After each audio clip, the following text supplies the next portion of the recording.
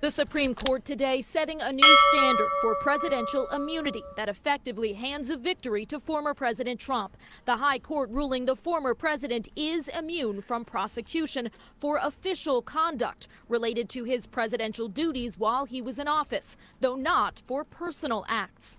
The tricky part is what is an official act and what is not an official act, and how are we going to decide it? The case now heads to a lower court to sort that out, making it highly unlikely Mr. Trump will go to trial before the November election on charges he tried to illegally overturn the 2020 election results, culminating in the January 6 Capitol attack. The former president calling it a big win, while a senior Biden campaign advisor said the ruling doesn't change the facts, arguing that Donald Trump snapped after losing the 2020 election. Protesters on both sides reacting outside. All right, it did snap. There's a headline here on New York Times saying reactions and highlights of the Supreme Court decision on Trump. The ruling makes a distinction between official actions of a president, which have immunity, and those of a private citizen. In dissent, the court's liberals lament a vast expansion of... Remember I told you a few days ago, if you remember, I said, hey, I think you're about to experience a certain level of tyranny. Well, see, let me tell you that this country has never seen. You did give that prediction. You made that prediction. I concede.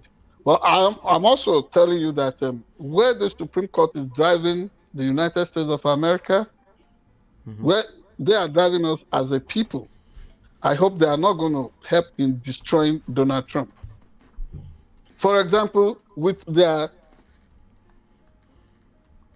I mean, as a lawyer in training, let me say, I respect their views, their ruling, but I also profoundly have my disagreements, and I do this with due sense of all due sense of respect. What do I respect what they have said? Sure. Do I agree with them? Heck no. Because if Joe Biden decides to weaponize this ruling, that is why I said I fear that these people, in the name of ideology, protectionism, and whatever is driving them, the what do you call the conservative judges, all 6 of them at this point. If Joe Biden decides to seize on this, do you know this could lead to a total eclipse, if not annihilation, of Donald Trump? You agree with that possibility or not? That kind of possibility or not? Ultimately, I think it's all dangerous. Yes, because Joe Biden is in office now. He can decide. He can, but you know, he is a decent politician. He is a decent leader. It's not like Donald Trump. For example, Donald Trump does not even read between the lines. I was watching as he tweeted on his what's it called? His lackluster platform this morning.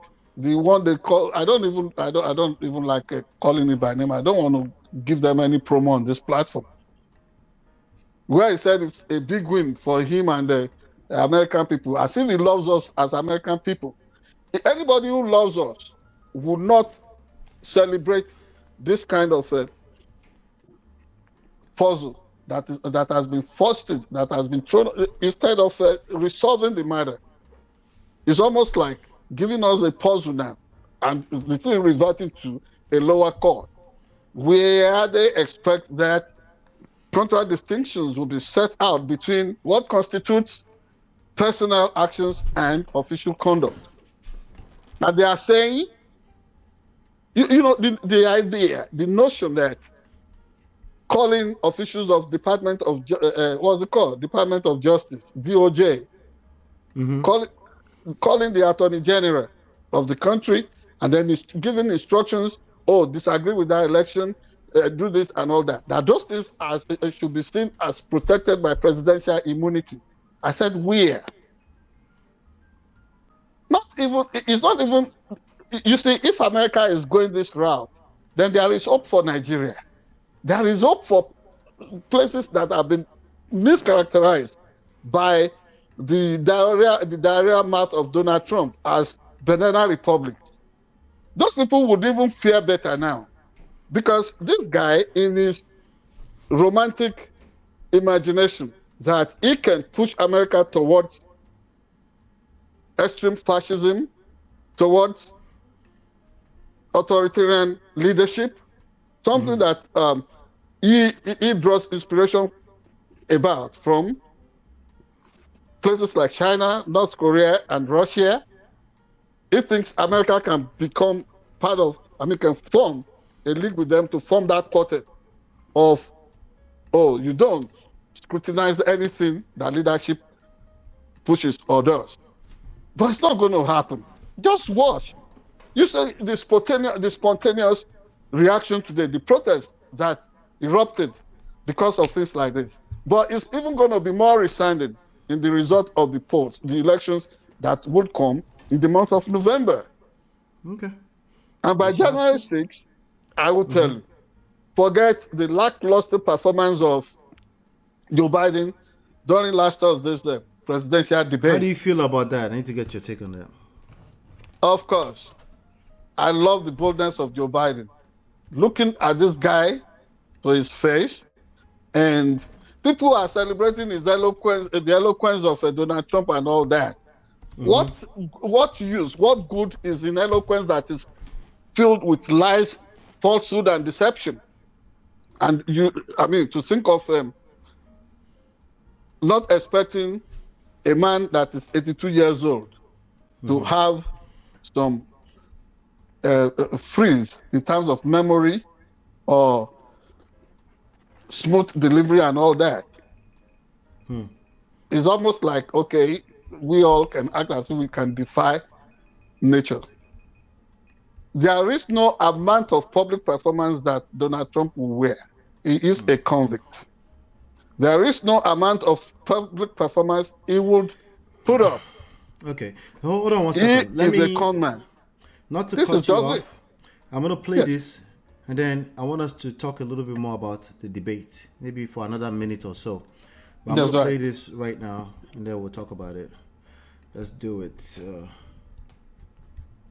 The pregnancy. I support Roe v. Wade. He can take the life of the baby in the 9th month and even after birth. That is simply not true. We are not for late-term abortion, period. Yeah, did you hear that line? Excuse me, with dealing with everything we have to do with, look.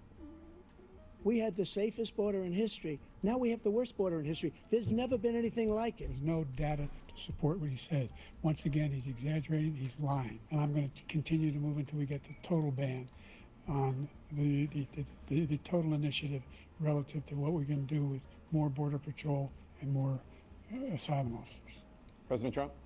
I really don't know what he said. Really? I don't think he knows what he said either. If a Republican did that, The only person on this stage is a convicted felon is the man I'm looking at right now. But he could be a convicted felon as soon as he gets out of office. He caused the inflation, and it's killing black families. You see, and Hispanic very families. vengeful.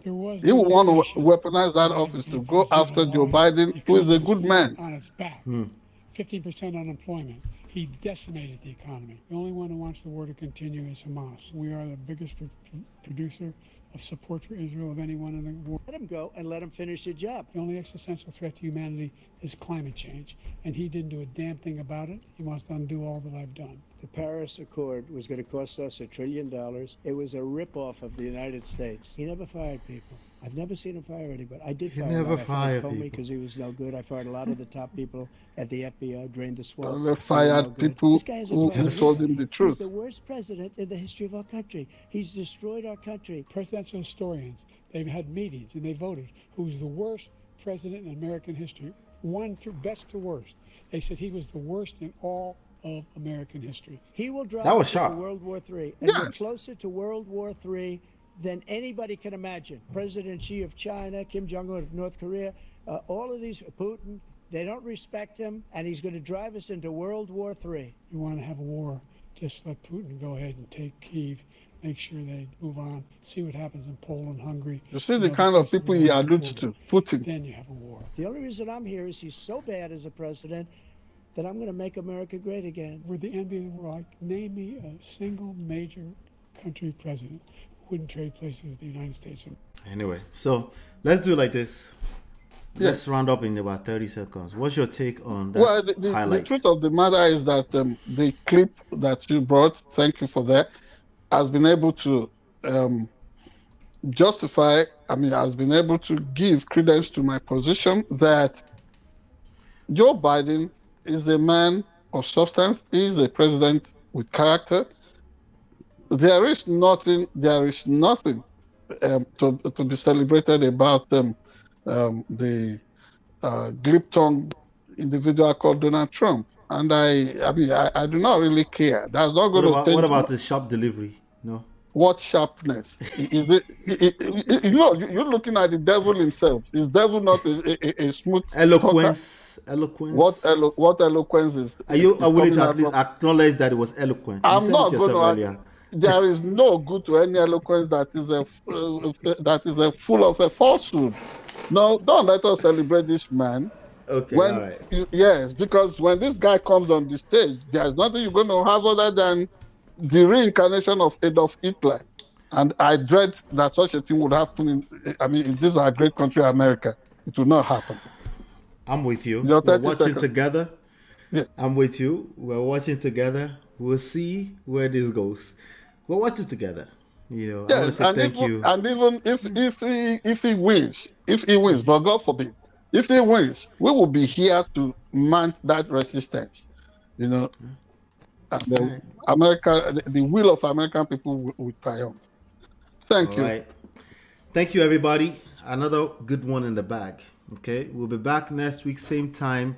Do us a favor, hit the like button, share, subscribe, turn up your notifications, follow, and help us share. Tell everybody else that we're working here. Uncle Beno, how far now you did? Anyway, thank you, everybody. Hello, Beno. Yeah. We'll see you on the next one. Peace.